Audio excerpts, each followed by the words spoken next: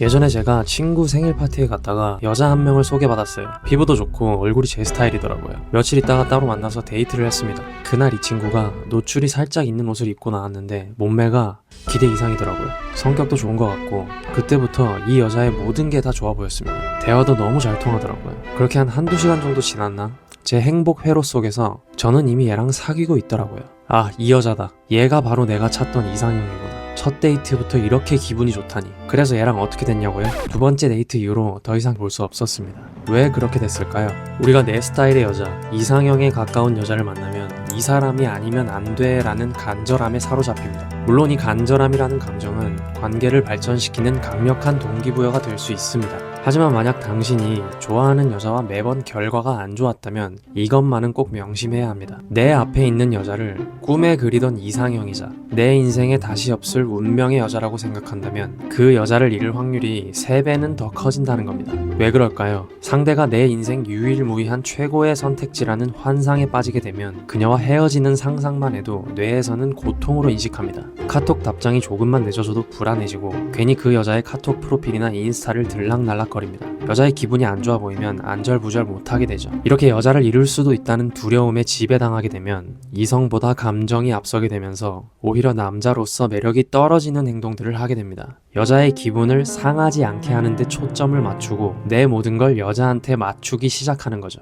고통을 피하고 싶은 건 인간의 본능이니까요. 이렇게 손실의 고통을 피하려는 심리를 손실 회피 심리라고 하는데요. 인간의 뇌는 이득의 기쁨보다 손실에서 느끼는 고통을 훨씬 크게 인식한다는 겁니다. 손실은 곧 공포이자 위협이고 그걸 피하기 위해 애쓰는 경향이 있다는 거죠. 예를 들어 동전을 던져서 앞면이 나오면 20만 원을 받고 뒷면이 나오면 10만 원을 잃는 게임을 제안받았을 때 확률적으로는 하는 게 유리해도 대부분의 사람들은 참여하지 않겠다고 답하는 겁니다. 즉 손실을 피하려는 욕구가 매우 강하게 작동한다는 건데 이건 연애에서도 마찬가지입니다. 보상을 얻기 위해서 어떻게 전략적으로 행동할까를 생각하는 게 아니라 일단 이 여자를 잃으면 안 된다는 두려움이 머릿속을 가득 채우면서 이 여자가 나를 떠나버리는 고통만큼은 피하자가 1순위 원칙이 돼버리는 거죠. 제 예전 영상 중에서 한번 설명한 적이 있는데 장사를 할 때 고객이 지갑을 열고 싶은 가게가 되는 게 제 1원칙이 되어야 하는데 고객을 잃는 게 두려워서 고객들의 비위를 하나하나 다 맞춰주는 걸 1원칙으로 삼고 운영하는 가게는 오히려 장사에 지장이 생기고 망할 수밖에 없다는 겁니다. 그만큼 손실 회피 심리는 아주 강력합니다. 그런데 만약 우리가 손실 회피 심리에 지배당하는 게 아니라 오히려 역으로 이용할 수 있다면 어떨까요? 여자의 머릿속에서 이런 남자 또 만나기 쉽지 않을 것 같아 라는 감정을 느낄 수 있다면 관계의 양상은 완전히 달라질 겁니다. 그러기 위해선 어떻게 해야 할까요? 매진, 임박, 한정판, 명품 이 키워드들의 공통점이 뭘까요?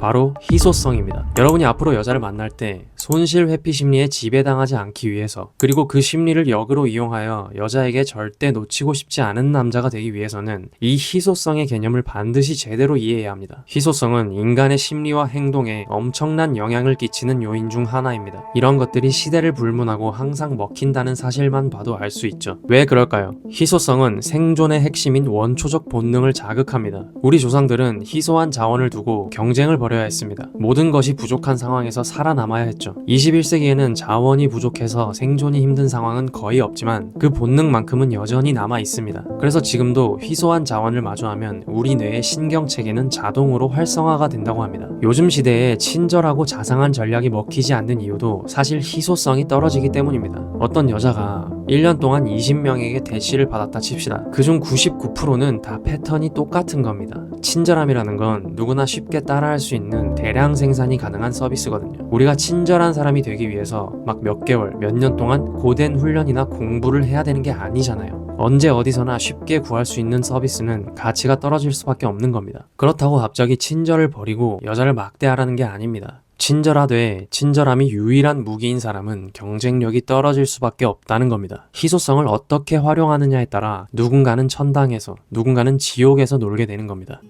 남자들이 여자를 만날 때 희소성의 함정에 빠지는 가장 첫 번째 스텝이 바로 이상형입니다. 이상형의 진심인 남자는 절대 그 여자와 잘 될 수가 없습니다.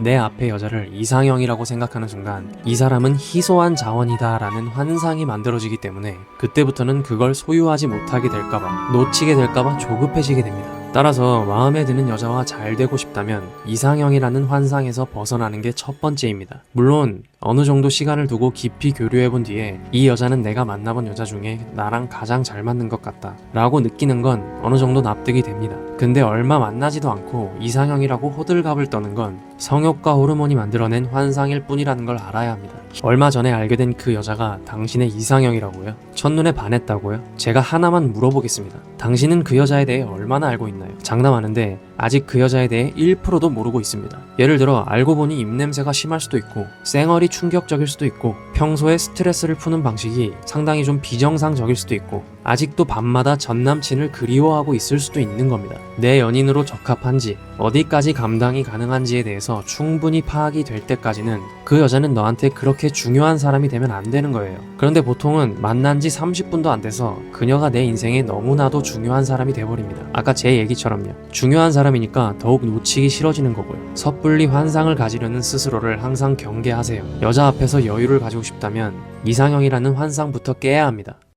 제가 조금 전까지 환상에 빠지지 말라고 말은 했지만 사실 그게 말처럼 쉽지 않은 거 저도 압니다. 역사적으로도 천하를 호령하던 그 대단한 장수들이 여자 하나 때문에 인생 종친 경우가 많잖아요. 오죽하면 경국지색이라는 사자성어가 만들어졌겠습니까? 결국 환상에 빠지지 말자고 생각과 다짐만 하는 걸로는 한계가 있다는 겁니다. 환경을 구축할 필요가 있어요. 내 머릿속이 한 여자로만 가득 채워지지 않도록 환경 설정을 해야 한다는 겁니다. 상황과 환경에 따라서 좋아하는 여자에 대한 감정은 아무것도 아닌 일이 될 수도 있는 겁니다. 예를 들어 내가 만약 오징어 게임에 참가한 상황이라면 여자고 자시고 내 생존에만 집중하게 될 겁니다. 잘해보고 싶은 여자가 있을 때 그 여자를 잠시 지워보세요. 그럴 때 내 인생이 텅 비는 느낌이라면 그건 위험한 겁니다.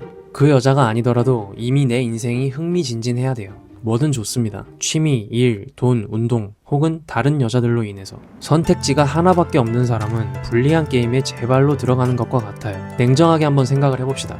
지금 그 여자한테 연락 오는 남자가 과연 나밖에 없을까요? 내 눈에 예쁜 여자는 다른 사람 눈에도 예쁩니다. 당연한 거예요. 물론 여자가 꼭 그 사람들에게 호감이 있다는 보장은 없겠지만 어쨌든 여자들은 기본적으로 심리적인 여유가 확보된 상황이 많습니다. 선택지가 많은 사람과 선택지가 없는 사람은 애초에 눈빛과 분위기부터가 다르다는 걸 기억하세요. 여자가 절대 조종할 수 없는 남자는 바로 외로움을 혼자서도 다룰 수 있거나 외로울 틈이 없는 남자입니다. 그런 남자가 되세요. 많은 남자들이 이런 생각에 사로잡혀서 약속을 적극적으로 잡으려고 합니다. 하지만 실제로는 자주 만나서 싫어지는 경우가 훨씬 많고 덜 만나기 때문에 싫어지는 경우는 드물다는 걸 기억해야 돼요. 오히려 덜 만날 때 여자의 머릿속에는 이런 생각이 듭니다. 아니 다른 남자들은 다 만나자고 안달인데 이 남자는 뭐지?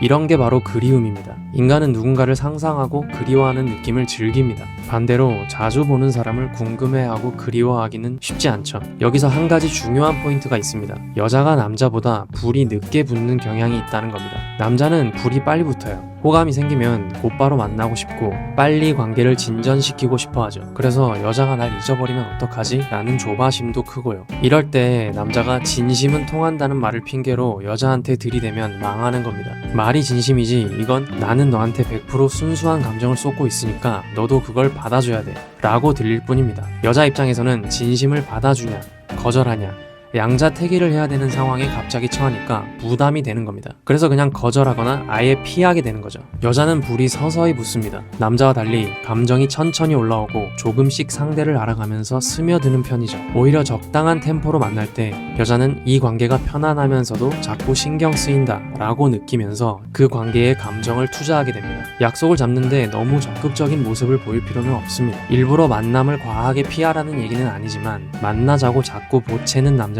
절대 매력적이지 않습니다. 약간의 간격을 두면서 여자가 내 생각을 할 시간을 주세요. 여자가 멀어지는 게 느껴지면 100명 중에 99명의 남자들은 감정에 휩쓸려서 오버를 합니다. 갑자기 연락을 더 많이 보낸다거나 만나자고 보챈다거나 관심을 끌기 위해서 SNS에 뻘글을 싸지른다거나 무슨 일 있어? 내가 뭐 잘못했어? 이렇게 질문을 폭격하거나 하지만 이런 상황에서 여자의 마음을 되돌리기 위해 하는 모든 행동들은 그 여자를 더 멀어지게 만들 뿐입니다. 여자가 멀어질 때 당신이 해야 할 단 한 가지는 내 감정부터 다스리는 겁니다. 여자 입장에서는 그동안 보던 남자들과는 다르게 생각보다 미동도 없는 있는 남자를 보면서 예상치 못한 침착함을 느낍니다. 그러면서 다양한 감정을 느끼죠. 이런 의문들이 쌓이면서 오히려 당신에게 더 관심을 가지게 됩니다. 여자가 그대로 떠나버리면 어떡하냐, 그런 거 아무나 따라하면 안 된다 라는 이야기를 하는 사람들이 분명히 있을 텐데, 한 가지 알아야 될 게 희소성은 반드시 리스크를 동반한다는 겁니다. 리스크가 없었다면 아무나 할 수 있었을 테고, 아무나 할 수 있다는 건 희소성이 없다는 거니까요. 희소성과 리스크, 결국 둘 다 가지거나 둘 다 포기하거나인 거죠. 리스크를 지고 희소성을 가지냐, 리스크를 줄이고 평범하게 남느냐, 이 중에 선택을 하는 겁니다. 여자가 그대로 떠나버리면 어쩔 수 없죠. 근데 어차피 억지로 잡는다고 잡히는 것도 아닙니다. 불안해서 조급하게 행동하는 99명의 남자가 되지 말고 침착하게 자신의 페이스를 지키는 한 명의 남자가 되세요. 데이트할 때 특히 초반에는 웬만하면 너가 이미 가본 곳, 익숙한 곳으로 데리고 가세요. 화장실의 난이도가 높은 가게는 제끼시고요. 단골집이면 더 좋습니다. 남자들은 그 현장의 지형지물에 익숙할수록 여유와 편안함이 나오게 돼 있습니다. 본능이에요, 이건. 여유롭게 자리에 앉히고 이미 검증된 메뉴들로 자신있게 주문하고, 여자애가 화장실 어딘지 아냐고 물어보면 얼타지 말고 여유롭게 알려주면 되는 겁니다. 그리고 나만의 특이한 데이트 코스가 하나씩 있으면 좋습니다. 이건 그냥 제 개인적인 예시인데요. 저 같은 경우는 가끔 삘코 치면 용산에 있는 국립중앙박물관으로 데리고 갑니다. 공간이 워낙 넓으니까 붐비지도 않고 거기 이제 걸어다니면서 대화 나누기도 좋아요. 안에 식당도 있고 이것저것 볼 것도 많습니다. 주차도 저렴하고요. 뭔가 평범하지 않으면서도 쾌적한 경험을 할 수 있다는 게 매력입니다. 그러고 나가서 호프집 가서 치킨에 맥주로 마무리하면 딱입니다. 날씨 좋을 땐 한강공원까지 걸어도 좋고요. 자기 상황에 맞게 짜시면 됩니다. 뭔가 이렇게 좀 뻔하지 않은 변칙적인 데이트를 하게 되면 여자는 그날의 기억을 절대 잊지 못합니다. 예전에 어떤 작사가가 이런 말을 한 적이 있습니다. 한 사람의 결은 잘 관리된 컴플렉스에서 비롯된다. 결핍이나 약점이 없는 사람은 없습니다. 대다수의 남자들은 여자 앞에서 어차피 드러나게 될 자기 약점을 감추고 숨기려고 합니다. 근데 누군가는 그걸 인정하고 잘 다듬고 관리를 하는 거죠. 잠깐 영상 하나를 볼게요. 우리 막내의 아버님 나이가 68. 탁재훈 씨가 68년생입니다. 진짜로? 네. 오디오 감독님이 지금 이걸 못 준비를 잡았어요. 못했어. 여기서 아버지 한번 아빠. 들어가서 공부해. 여기서 중요한 건 탁재훈이 센스 있는 멘트를 쳤다는 게 아닙니다. 나이 많은 노인네 취급을 받았을 때 애써 부정하거나 발끈하지 않았다는 게 중요한 거예요. 보통의 경우엔 아 왜 굳이 그런 얘기를 하세요? 왜 나이 얘기를 하세요? 사람 민망하게. 이런 반응이 나왔을 거예요. 하지만 탁재훈은 자기가 나이가 많다는 걸 당당하게 인정하면서 자신의 약점이 충분히 관리되고 있다는 느낌을 주고 그 자체가 매력으로 다가옵니다. 예를 들어 볼게요. 누군가 당신한테 누가 봐도 별로인 동물을 닮았다고 한 거예요. 망둥어로 해볼게요. 보통 사람들의 반응은 발끈 정색하거나 혼자서 얼굴이 시뻘개질 겁니다. 하지만 이미 자신의 컴플렉스에 대해 관리가 잘 되어 있는 사람은 다릅니다. 아 맞아, 그래서 수족관을 못 가. 친구들 갇혀있는 거 보면 마음이 아프더라고. 이런 식으로 여유롭게 받아칠 수 있는 거죠. 이런 게 바로 희소성입니다. 누구나 가지고 있는 약점을 누구도 따라할 수 없는 매력으로 바꾸는 거죠. 이런 자기 확신과 단단함은 돈으로도 외모로도 살 수 없는 진짜 희소성을 만듭니다. 평범한 남자들은 자신의 약점을 감추려고 하지만 매력적인 남자들은 그걸 자신만의 색깔로 만듭니다. 여자들이 이런 남자에게 끌리는 건 당연한 일이겠죠. 결국 우리가 기억해야 할 건 하나입니다. 손실 회피 심리에 지배되지 않고 오히려 희소성을 제대로 활용하는 남자가 되는 것. 그래야 여자는 자연스럽게 이 사람을 놓치면 손해라는 감정을 느끼게 됩니다. 오늘 영상이 여러분들이 그런 남자가 되는 첫걸음이 되길 바랍니다. 더 자세한 내용을 깊이 이해하고 싶으시다면 아래 링크의 제 전자책도 한번 살펴보시면 좋을 것 같습니다. 감사합니다.